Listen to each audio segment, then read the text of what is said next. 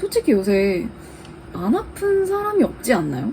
왜 난 이렇게 아픈가? 왜 나는 이렇게 약한 몸을 가지고 태어났을까? 건강해야 된다라는 그런 강박 때문에 매일매일 뉴스를 볼 때마다 되게 참담한 심정이 들었던 것 같아요. 아시는 분들은 아시겠지만 제가 이제 잉여복수 하면서 아파서 휴방한 적이 꽤 많아요. 자주 아픈 편이고, 그리고 이번 주 화요일에 그러니까 영상이 올라간 전주의 화요일에 제가 새벽에 갑자기 급체를 해서 그래서 수요일에 하루 종일 쉬어야 됐어요. 그때 한창 아프면서 막 그런 고민을 한 거죠. 왜 난 이렇게 아픈가? 왜 나는 이렇게 약한 몸을 가지고 태어났을까? 이제 친구들한테도 많이 물어보고 개인적으로 생각도 많이 해보고 책도 읽어보고 그랬어요. 근데 읽어보면서 드는 생각이 나만 아픈 게 아니다. 뭐 당연한 얘기죠. 근데 나만 아픈 게 분명히 아닌데 왜 이렇게 주변에 아픔을 막 잘 들어볼 수 있는 기회가 없을까? 이런 생각이 문득 들더라고요. 첫 번째는 아픈 게 뭔가 자랑스럽지 않다? 그러니까 우리는 되게 건강해야 된다라는 그런 강박 때문에 건강하지 않은 이야기?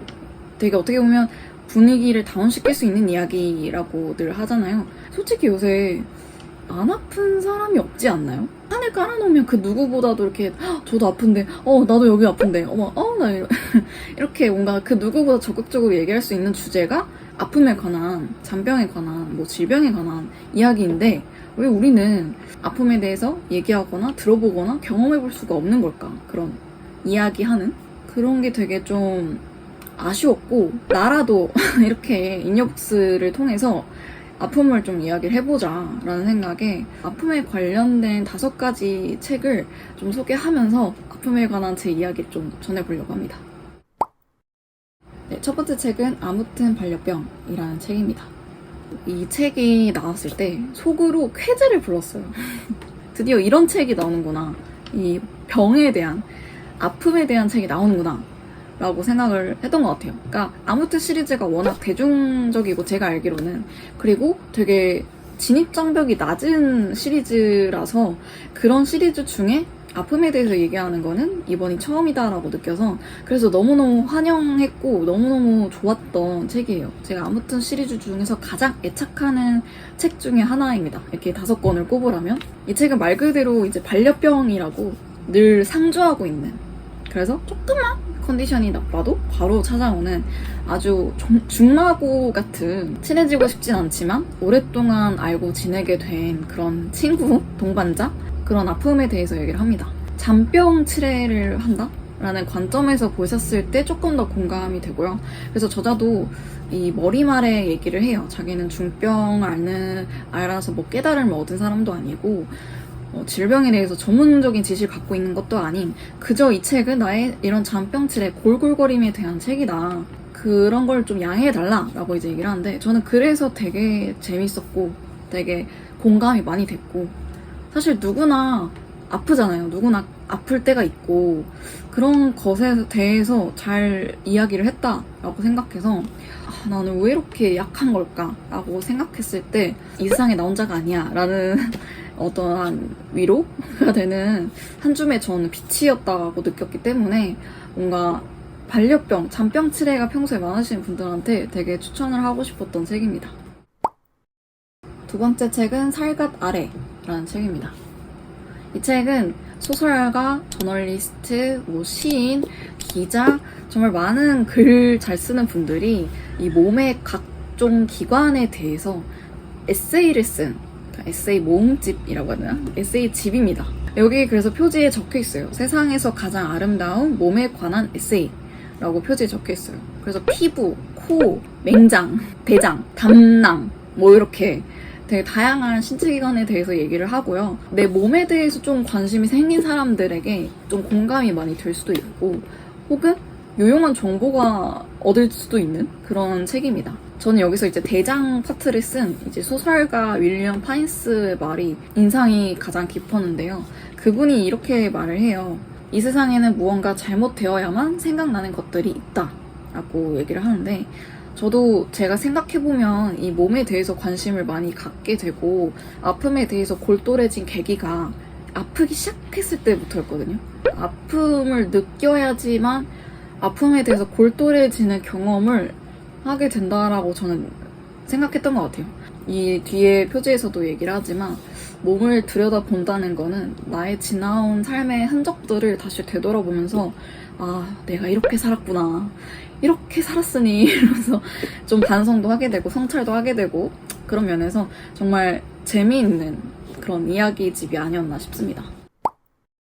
오늘 세 번째 책은 제가 작년 베스트 중에 하나였던 정말 너무너무 좋았던 새벽 3시에 몸들에게 라는 책입니다.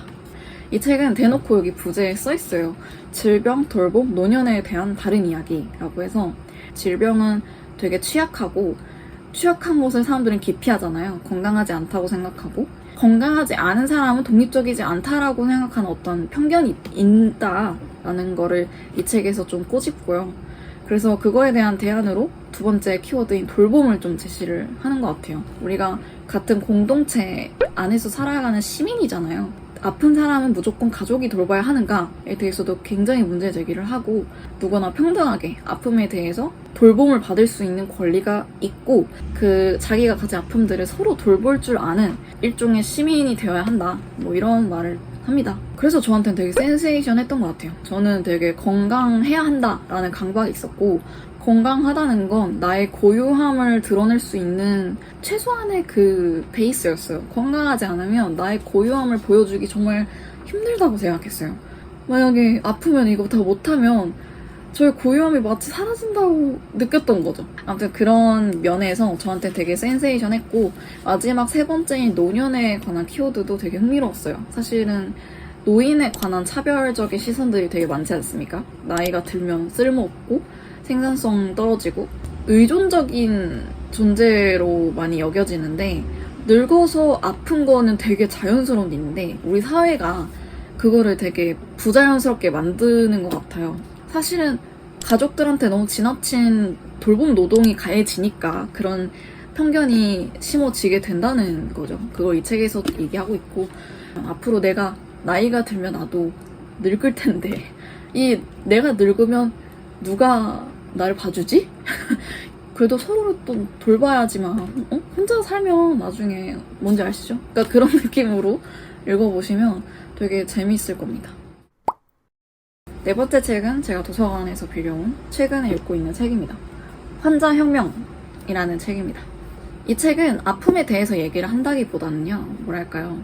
우리가 병에 대해서, 질병에 대해서 가졌던 어떤 프레임을 굉장히 깨부수고 색다른 시선에서 이걸 볼 수 있게 하거든요. 그러니까 뭐랄까요. 전 옛날부터 병원이 마치 컨베이어 벨트 같다고 느꼈어요. 그러니까 아픔에 대해서 열거하면은 그럼 이거군. 그냥 착착착착 해가지고 끝. 편리는 하지만 믿을 순 없다. 그런데 이 책은 마침 그런 저의 생각에 대해서 의미 있는 질문을 던져준 것 같아요.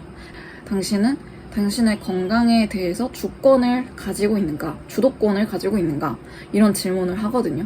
근데 이걸 들으니까 대답을 약간 하기가 어려운 거예요. 나는 내 건강을 잘 모르고 내 몸에 대해서 잘 모르고 내 건강에 대한 주도권을 내가 가지고 있는 게 아니라 병원과 약과 의사가 가지고 있다라고 생각해왔거든요. 그래서 이 책에서 소개하는 기능의학에 관심이 좀 생긴 것 같아요. 아무튼 현대의학이 놓치고 있는 점들을 되게 많이 꼬집고 그 현대의학이 왜 그런 것들을 놓칠 수밖에 없는지 그리고 기능의학이 어떤 면에서 대안이 될 수 있는지를 제시를 합니다. 이 질병은 이약이다. 이렇게 입력값을 대조하는 게 아니라 이 질병이 왜 시작됐을까? 라는 질문을 던지는 의학이라고 하더라고요. 근원적인 질문을 파고 파는 의학이라는 점에서 되게 매력적으로 다가와서 환자혁명이라는 이 책을 그래서 요즘 좀 읽고 있습니다. 그리고 아픔에 관한 마지막 책은 김승섭 작가의 아픔이 길이 되려면이라는 책입니다. 부제는 정의로운 건강을 찾아 질병의 사회적 책임을 묻다 라는 책입니다. 이걸 왜 마지막으로 했냐면 내가 아프니까 남의 아픔에도 관심이 생겼고 그래서 책을 이것저것 읽었다가 사회의 아픔에 대해서 관심이 생겼던 것 같아요. 근데 그 아픔이 단순히 육체적이고 뭐 정신적인 아픔을 넘어서서 사회적인 아픔? 예를 들면 차별이나 혐오 이것도 계속해서 반복적으로 노출되면 분명히 아픔이다 그리고 실제로 아픔에 취약할 가능성이 높은 사람들 모두 우리 사회에서 굉장히 취약계층이라던가 소수자성을 띠고 있는 사람들이 더 그럴 확률이 높다고 합니다. 그 이 책에서 얘기를 하고 있고요.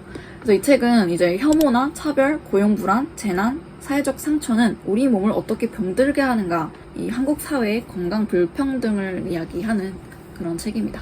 이 사회에는 아픔을 가질 수 있는 위험을 가진 인물들이 굉장히 많고 우리는 그들의 관심을 가져야 한다. 왜냐면 그들의 아픔은 곧 우리의 아픔으로 이어지기 때문이다. 뭐 이런 말을 하는 거죠. 내 아픔에서 나아가서 타인을 이해하고 싶고 아픔을 해방시킬 수 있으려면 어떻게 해야 할까? 이런 것들을 고민해본 적 있는 분들에게는 되게 일독을 권해드리고 싶은 책이에요. 너무너무 좋은 책이에요. 네, 그래서 오늘은 제가 이렇게 5권을 가지고 제 아픔 이야기부터 시작해서 타인의 아픔에 대해서도 그리고 사회로 나아가는 아픔에 대해서도 우리가 이야기해야 할 지점 같은 것들을 같이 얘기하고 싶어서 공유를 해봤어요.